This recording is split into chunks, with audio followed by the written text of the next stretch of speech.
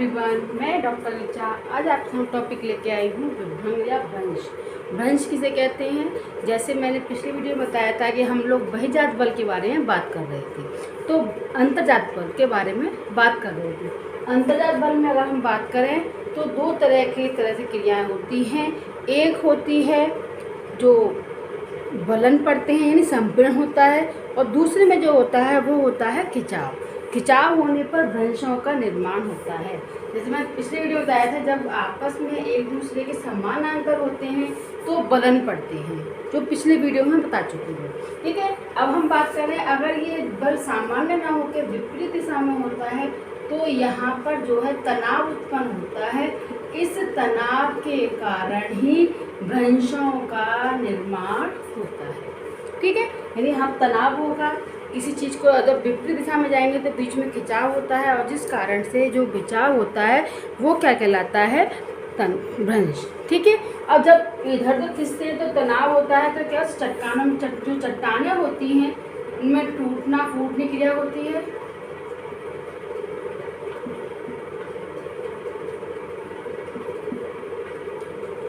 और जब चट्टानों का टूटना फूटना होता है तो उससे जो है अपना स्थान बदलती हैं संधियाँ, यानी जॉइंट पड़ते हैं। यानी कि बीच में क्या होगा, अगर इधर मूव हो रहा है इधर मूव हो रहा है तो बीच में क्या हो रहा है?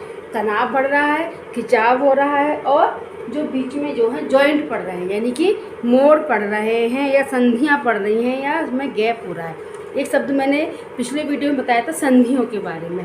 मैंने ये कहा था जब तनाव और खिंचाव दोनों साथ साथ होते हैं तो अपक्षय की क्रिया उसी स्थान पर होती है जिस कारण से संधियों का निर्माण होता है। ठीक है, अब संधियों में खिंचाव की क्रिया हो रही तो संधियों का निर्माण तो होना ही होना है, और जब अपक्षय क्रिया साथ में चलती है तो वो संधियाँ जो है संधियाँ कहलाती हैं। ठीक है, और अगर हम विभंग तल या भ्रंश तल की बात करें, एक शब्द आता है विभंग तल।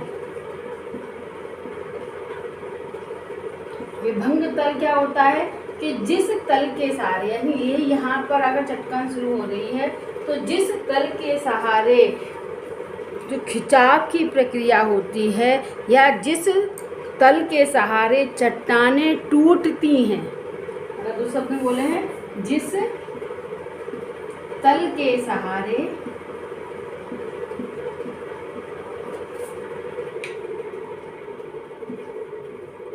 चट्टानें टूटती हैं उसे क्या बोलते हैं? विभंग तल। ठीक है, यानी एक बेस लाइन हो और उस बेस लाइन, जैसे ये बेस लाइन है, इस बेस लाइन से चट्टान टूटना शुरू हुआ तो ये कहलाता है हमारा विभंग तल। ठीक है, और अगर इसी तल में तनाव जब बहुत अधिक मात्रा में बढ़ जाता है तो यही विभंग, पहले इसका नाम था विभंग, विभंग जिस इसी तल के सहारे जब तनाव अधिक बढ़ जाता है, या मैं इसी को लिख दूं तनाव अधिक, तो क्या होता है? भ्रंश का निर्माण। ठीक है, जब तनाव बढ़ जाता है तो क्या हो जाता है? फिर भ्रंश का निर्माण हो जाता है। अगर मैं इस चीज को एक सिंपल तरीके से बताऊं कि किस तरह से है, तो इसमें हम कर सकते हैं कि तनाव की शक्ति अगर सामान्य है, तनाव की शक्ति सामान्य है। ठीक है, यानी तनाव की शक्ति अगर सामान्य है तो क्या होगा? सिर्फ चटकन होगी, क्रैक पड़ेंगे।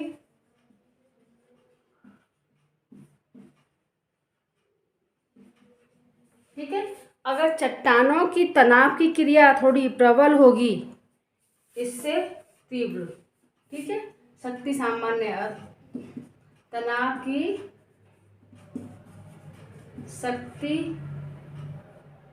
प्रबल, तो बनते हैं विभंग।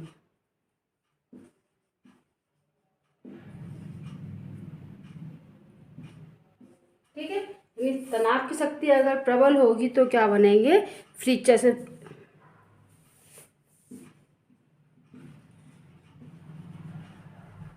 इसे बोलते हैं फ्रैक्चर्स। ठीक है, और जाकर तनाव की शक्ति जो है बहुत अधिक तीव्र होती है। तनाव की शक्ति प्रबल की जगह अधिक प्रबल है।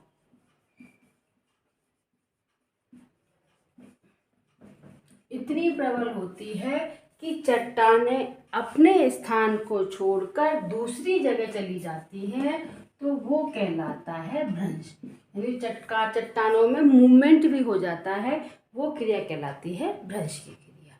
ठीक है। अब अगर हम टाइप ऑफ भ्रंश की बात करें, यानी भ्रंश के प्रकार, साफ कर दूं।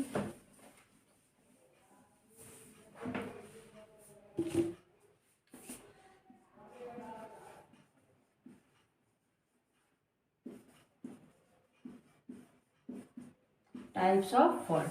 अगर हम भ्रंश की बात करें तो जैसे टाइप बताए मैंने, भ्रंश कितनी तरह का होता है। अगर तनाव की शक्ति बहुत सामान्य है तो चटकनी होगी, थोड़ी तीव्र होगी तो विभंग होगा, और जब ज़्यादा बढ़ जाती है तो उसे क्या कहते हैं, भ्रंश। ठीक है। अब इसी क्रम में अगर हम बात करें तो एक सिंपल होता है सामान्य भ्रंश या सिंपल भ्रंश। अब सामान्य भ्रंश में क्या होता है कि मूवमेंट हुआ विपरीत दिशा में, और जो नति जो थी हमारे, जो आधार बेस लाइन थी, उस बेस लाइन से तनाव इतना हुआ कि बीच में एक दरार पड़ गई, यानी गैप बन गया बीच में, तो वो कहलाता है सामान्य भ्रंश। ठीक है। और सामान्य दूसरा आता है उत्क्रम भ्रंश। दूसरा आता है हमारा उत्क्रम भ्रंश। इसमें क्या होता है उत्क्रम भ्रंश में कि जब मूवमेंट हो रहा होता है, यानी कि जब आमने सामने समान की मूवमेंट तो होगा ही होगा, क्योंकि हमारा सामान्य भ्रंश से मूवमेंट हो रहा था। अब उसमें जब मूवमेंट होता है तो उसमें स्थानांतरित क्षेत्र विखंड खिसकते हैं, यानी ये जो चीज़ है ये अपने स्थान से दूसरे स्थान पर जाने लगती है, या हम ये कहें कि गैप बढ़ जाता है और चट्टानें अपना स्थान छोड़ देती हैं, तो उसे बोलते हैं उत्क्रम भ्रंश। यानी चट्टानें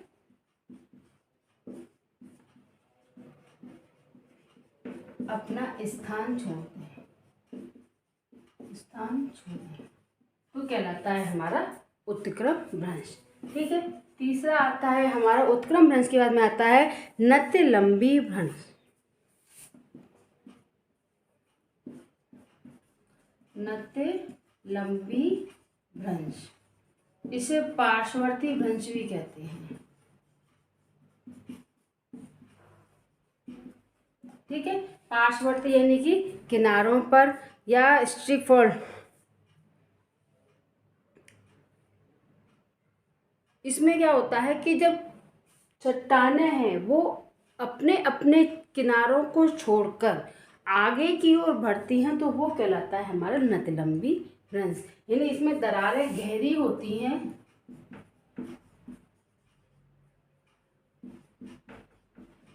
और गहरी होने के साथ साथ किनारों को दोनों ओर से छोड़ने लगती हैं, तो वो कहलाता है हमारा पार्श्ववर्ती भ्रंश। ठीक है। नेक्स्ट आता है हमारा सोपानी भ्रंश। अगर हम सोपानी भ्रंश की बात करें तो सोपानी भ्रंश में जो दरार की क्रिया होती है, भ्रंशन की जो क्रिया होती है, वो स्टेप बाय स्टेप होती है, यानी कि क्रमबद्ध रूप में होती है। एक बार में नहीं होती, अनेकों बार में होती है, इसीलिए बोलते हैं सोपानी भ्रंश। यानी इसकी जो आकृति है वो कैसी दिखाई देती है, सीढ़ी नुमा। सीढ़ी सोपान किसे कहते हैं, सीढ़ियों को कहते हैं। तो जो सोपान के रूप में दिखाई देती है वो कहलाती है हमारी सोपानी भ्रंश। और ये क्रम एक बार में नहीं होता, अनेकों बार की क्रियाओं का परिणाम होता है, कि इसे बोलते हैं सोपानी भ्रंश। नेक्स्ट आता है हमारा नत्य भ्रंश।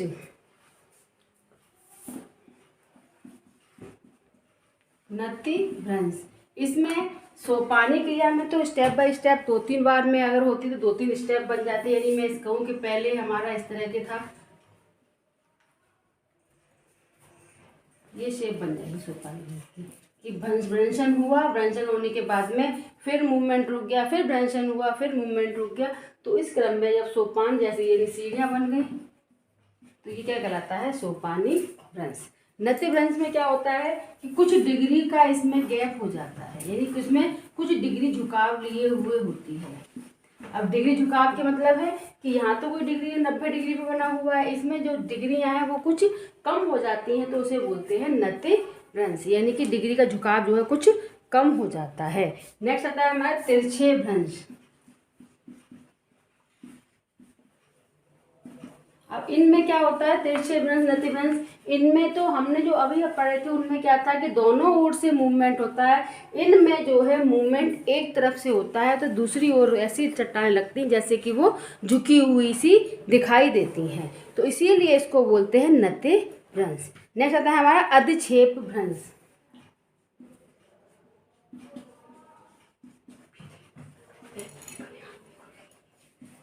ठीक है, अधिक्षेप भ्रंश में क्या होता है कि संपीड़न की क्रिया बहुत अधिक होती है, यानी इसमें तनाव तो होता है लेकिन साथ में संपीड़न झुकाव की क्रिया भी होती है, तो इसीलिए इसको बोलते हैं संपीड़न भ्रंश। ठीक है, नेक्स्ट जो वीडियो बनाए उसमें जो भ्रंशन के उत्पन्न स्थल रूपों के बारे में नेक्स्ट वीडियो बताऊंगी। Thank you for watching, please like subscribe my channel.